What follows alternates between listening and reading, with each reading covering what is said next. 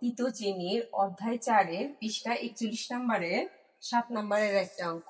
এখানে কি আছে, একটি নার্সারিতে 950টি চারা গাছ ছিল, এর থেকে 532টি চারা বিক্রি করা হলো। ওই নার্সারিতে আরো 420টি নতুন চারা গাছ আনা হলো। এখন নার্সারিতে কতটি চারা গাছ আছে? তাহলে কি করব, আমরা প্রথমে অঙ্কটা 7 নাম্বার দিয়ে নেব। 7 নাম্বার দিয়ে আমরা লিখবো যে নার্সারিতে আগে কি কতটি চারা গাছ ছিল আমরা লিখবো। নার্সারিতে কতটি ছিল? 950টি। তাহলে লিখবো নার্সারিতে চারা গাছ ছিল, চারা গাছ ছিল কতটি ছিল? 950টি। 950।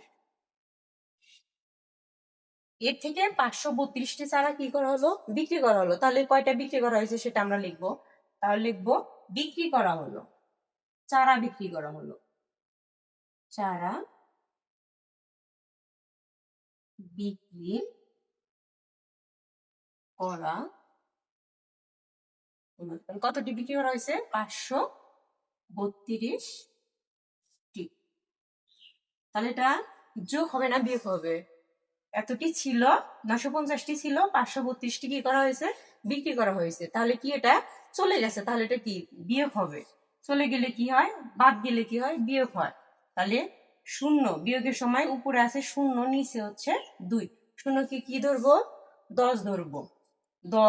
10 থেকে 2 বাদ দিলে কত থাকে? 8। হাতে কত আমার?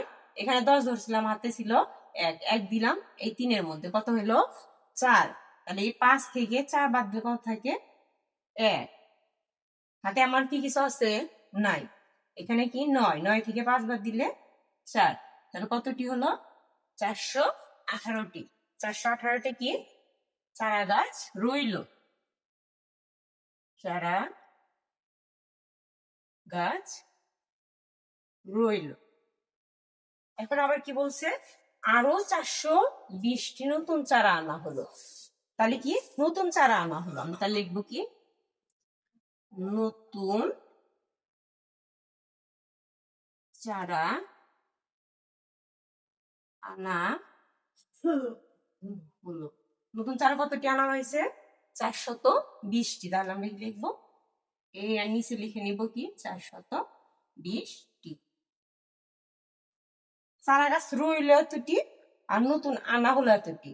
তাহলে কি এই দুটা কি একসাথে করতে হবে, যোগ করতে হবে। তাহলে 8টি, 1 আর 2 কত হয়? 3। 4 4 8। তাহলে কতটি হলো? 838টি। বলছে এখন নার্সারিতে কতটি চারা গাছ আছে? তাহলে কি নার্সারিতে চারা গাছ আছে, অতএব নার্সারিতে চারা গাছ আছে, নার্সারিতে চারা গাছ আছে কতটি? 838টি। উত্তর লিখে দিবা, উত্তর 838।